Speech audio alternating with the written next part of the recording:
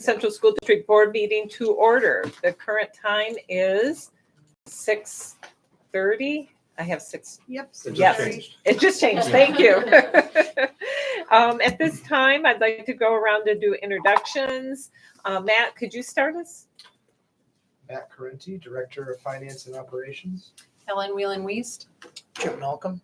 Mary Heather Noble. Jamie McCallum. Trisha Allen. Wendy Baker. Barbara Wilson. Jason Chance. Brian Bauer. Melva Glickman. Sophia Lott. Suzanne Buck. Steve Orzek. Joanna Doria. And is either Ellie or Laura on? Nope, not yet. Okay, excellent. So I had sent an email out this afternoon, and we had a technical glitch over the weekend with the agenda. And part of the statute, if you have a website as a district that within 48 hours of the meeting, you are to post the agenda on the website. And it didn't happen. Agenda was posted, didn't publish. It didn't publish on the website. So all the steps were taken, and for some reason there was a glitch and it didn't show up on the website. So what we checked with legal counsel and thought it best to really err on the side of, just being careful. So at tonight's meeting, we're not going to take actions on specific items, but we can have discussion, right? And so if you happen to see my email this afternoon, I've asked folks for their availability, hopefully next Monday, like at 6:30, where the sole purpose of the meeting would be just to really take the actions that we wanted to take tonight.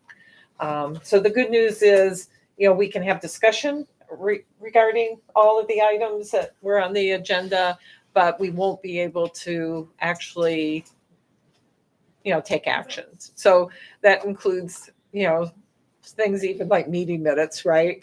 It's an action. So we won't be able to do that. Any questions about that? So that's going to include personnel. Yes. Okay. Yeah. Yes. Anything that has action in front of it is something that, we can ask questions about it, that kind of thing. We just won't do the final approval or disapproval, depending on what the vote would be. Does that work for everyone? So, how do we keep that from happening again? I mean, this is right. Well, so we're getting into this really Right. complicated Right. world of technology and technology. things breaking and Yes. that kind of thing. I think what we need to make sure is that there's a step after the agenda has been posted that someone else goes in on another computer and checks, because you can have things in cache and everything might look well. And I did do that on Sunday. It's fine. I just Yeah. want to. But unfortunately, it was already too I don't late. remember anything that Yeah. like this has happened before. Yeah. So we were in touch with the website provider because the policy committee minutes were posted at the same time. And there's an electronic tracker that shows that everything was posted. Policy was published shortly after that, and board was not. So we said, well, how does this happen? And their explanation is that sometimes it takes a little longer. I mean, it wasn't anything that was particularly helpful. So in the meantime, what we'll do is we'll try and post a day earlier, and we'll ensure that somebody else in the office from a different computer is backing up and checking that. I mean, it has never happened before in anybody's memory. So we're not sure of the likelihood of the problem on the website provider's end being solved, but we've put now 2 fail safes in place, and hopefully that will prevent the unanticipated from being unanticipated again. Right. Yeah. It's easy on this one because these aren't things that have to happen, but Right. if we have something we have to vote on Right. by very close timing, then it becomes a real issue. So And we've taken it for granted that once you've got it up there. I'm not blaming you, I'm it just shows that Yeah. it's okay. making sure that. Yeah, no, I agree. Feel safe type. Believe me, I agree. Definitely. So though it's an action, I think we can go through the motion to adopt the agenda as I modified it, to remove the agenda. So first I need a motion to adopt the agenda, and then I'll amend it to do it properly. I'll make a motion to adopt the agenda. Okay, and a second? Second. Okay, that was Joanna. And so then what I would like to do is provide a motion to amend the agenda, that we do not take action on approving the minutes, the bills, the appointments, the Ripton K-12 grade configuration, class size and attendance boundaries, and policy C9. Did you have personnel in there? I had appointments. Okay. Yeah, Second. Can I add another adjustment? sure. Can Communications Engagement Committee address the board? Sure, Report of the committee? sure.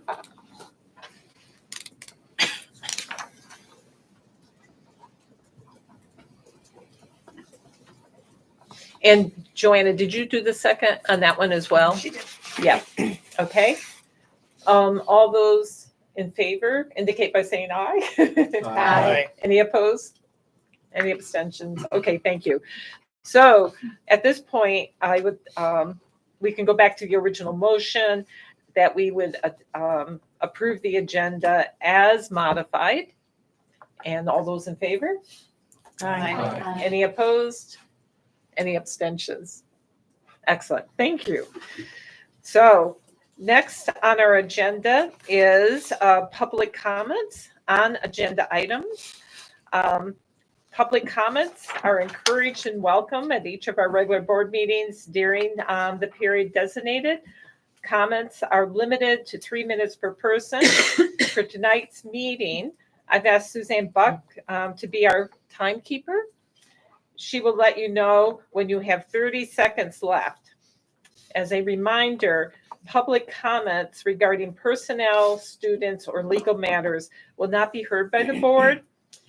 So with that said, if you're interested in making a public comment on the agenda or on an agenda item, please raise your hand, either your Zoom hand or your hand within the room.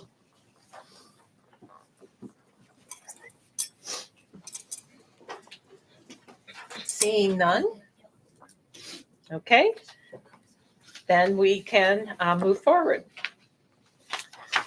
Though we won't be approving the minutes for the August 26th meeting, is there any questions, any discussion that anyone would have on that agenda item? I want to Chip. compliment the secretary. These are terrific minutes. No, they really are. They are. Really are. They capture the meeting. Those Yeah. of us that were here, captures the meeting. That's what the minutes are supposed to do. So Yeah. thank you.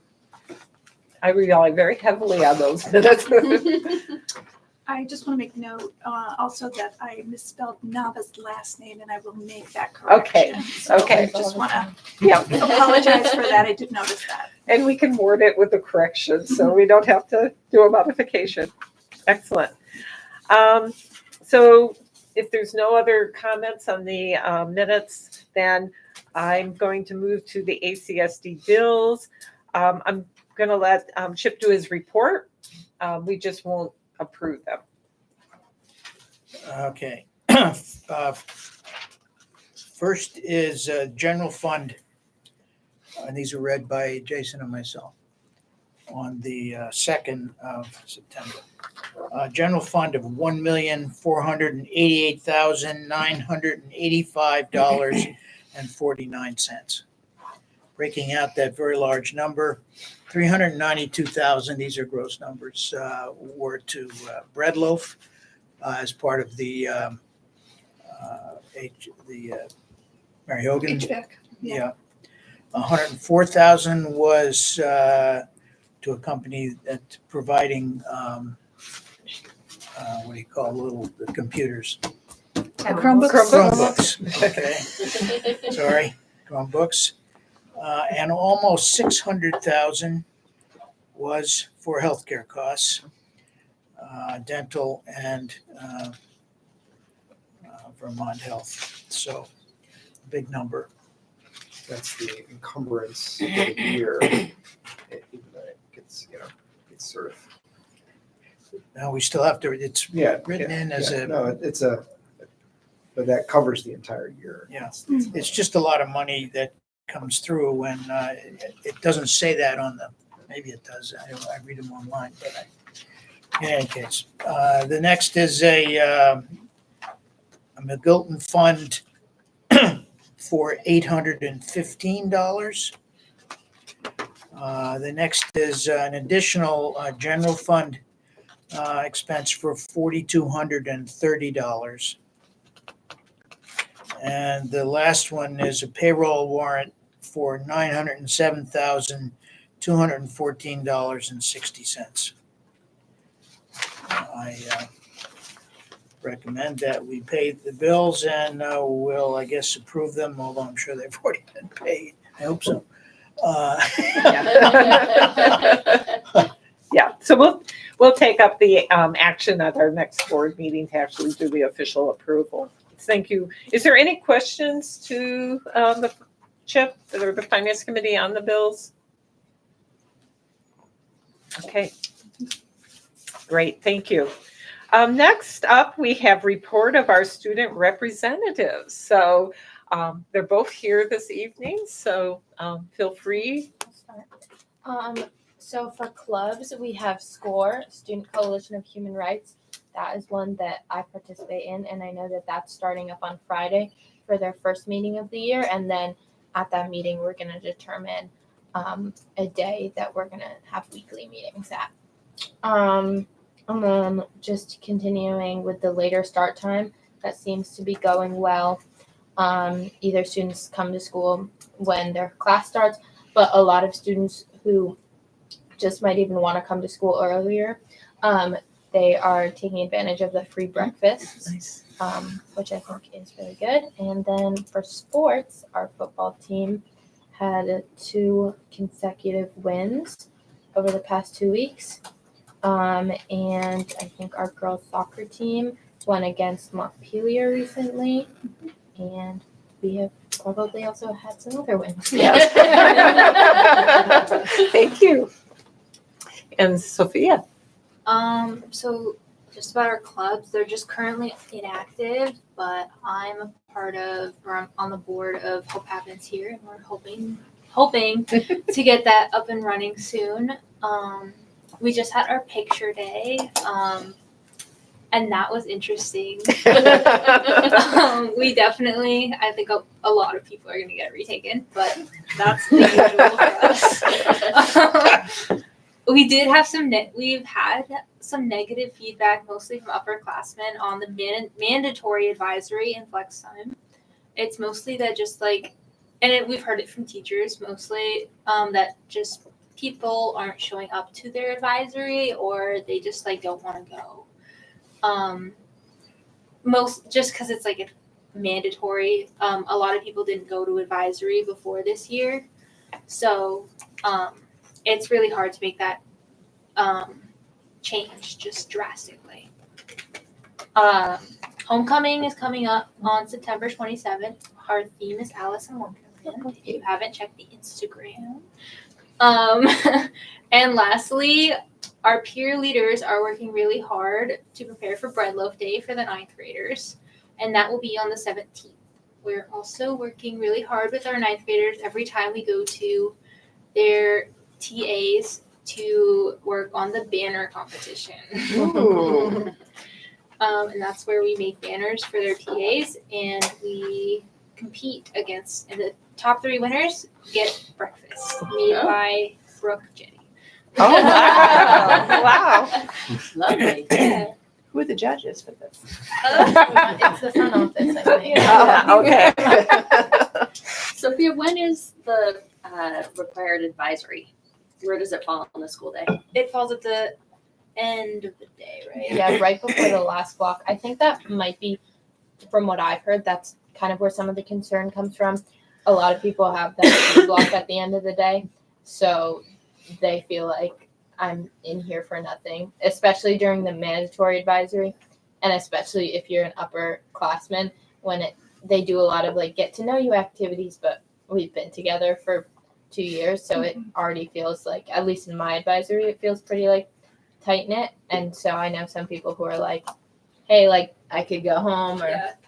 I particularly have friends that have one class in the morning because they've gotten all their credits for 3 years. And they have like a 2-hour class in the morning, and then they could go home for the rest of the day, but they have that mandatory advisory, so they stay for 2 more hours, and then go to the advisory, and then have no points.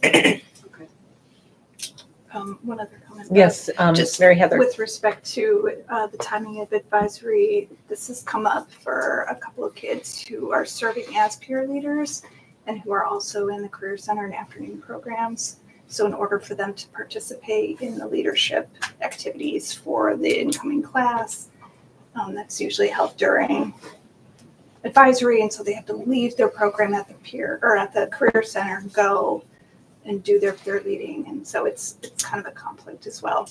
So it's not awesome for everybody. Okay.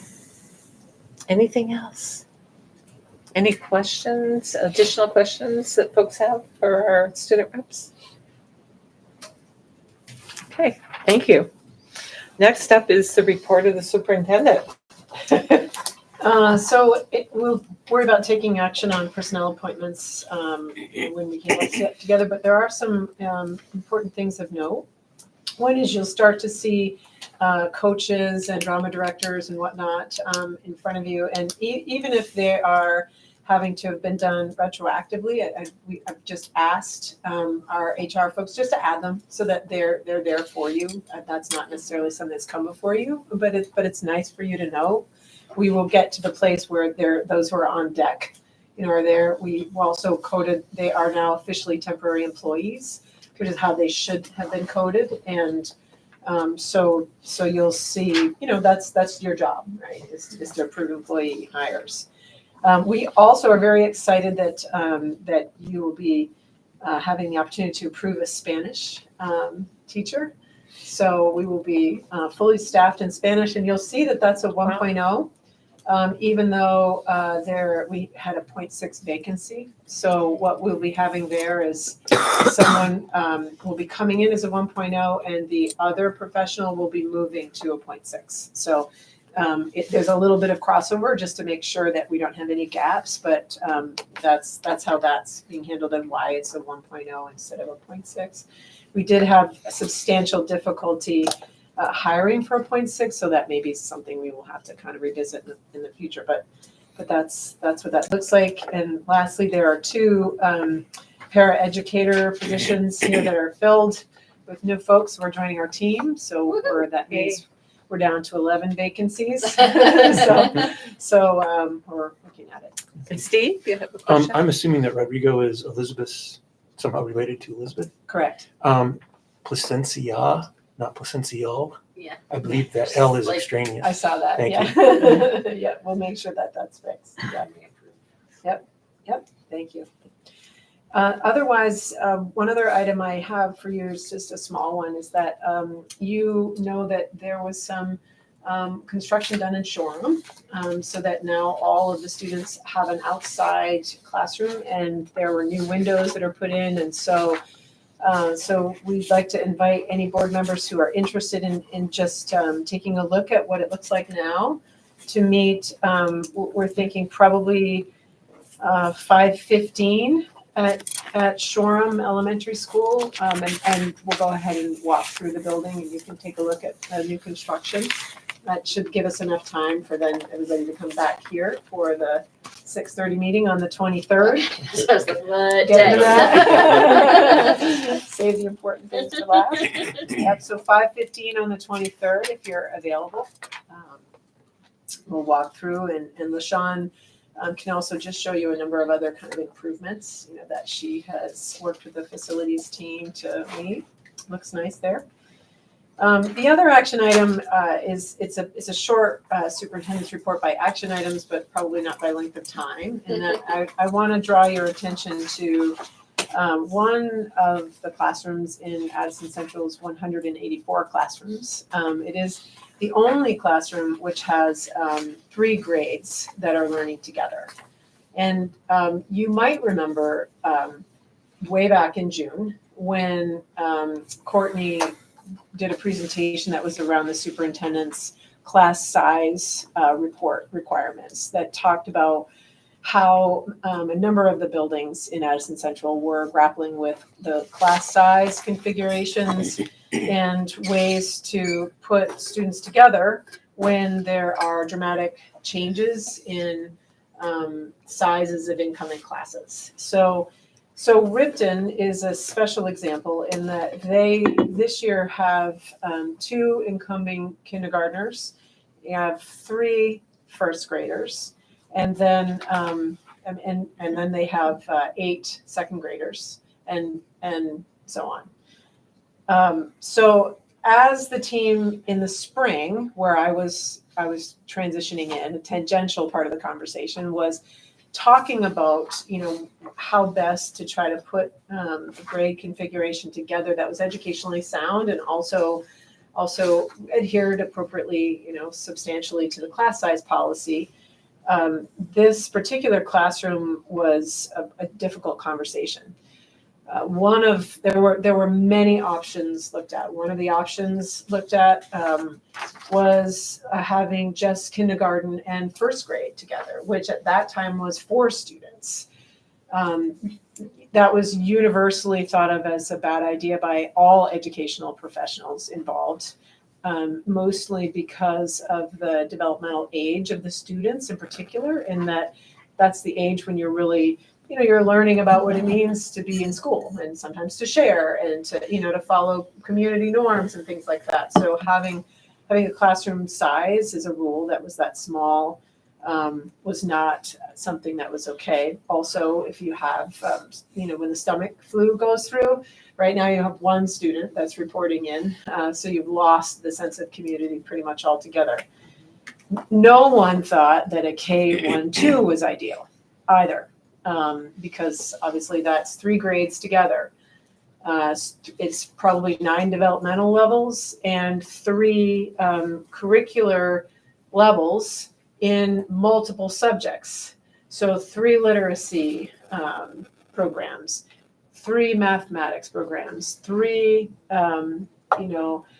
aspects of social and emotional learning. So in kindergarten sometimes naps become a thing for some students, right? By the time you get to second grade, that doesn't feel, like that's as needed. So really it's a very wide spectrum.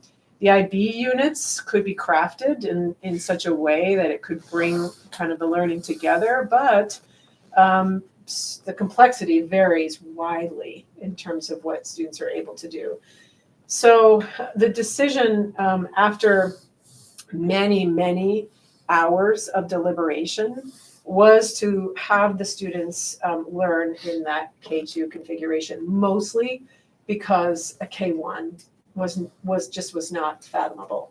Dr. Williams, I understand, posed the possibility to the professionals and Principal Cheresnick in the spring about the possibility of seeing, would the board be interested in moving some students, to have that classroom be a 2-grade multi-year classroom, which is what we have many of across Addison Central. And the choice at that time was not to do that. I don't know necessarily what Dr. Williams' reasoning was. As I say, that was kind of before my time. So I think as I came in June, where we were was that the teacher that has that classroom spent a great deal of time preparing for that kind of an assignment. It's probably the toughest assignment in the district. And we have instructional supports that are there to be helpful for her. And there is a paraeducator, a general ed paraeducator in Ripton, and that person is assigned to the classroom as an extra set of hands to be able to help to try to ensure that the educational program across 3 grades could be delivered as well as possible. I don't think it's an understatement to think that this was not ideal in anyone's mind. And an understanding that the kids would all make progress. Would they make grade level progress? Well, we will hope that we will get as close to that as we can. So the school year ended, and then this one began, and we've been in place. This is our 10th day, and it has. I don't think it's an exaggeration to say it's been a daily conversation inside the school.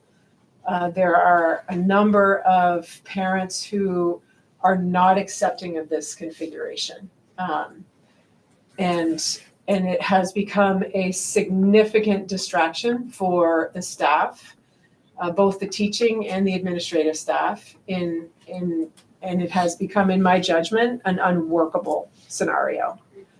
And I think that is nothing to do with the fabulous job that the teacher is doing or the work that the principal is putting in to try to make this work.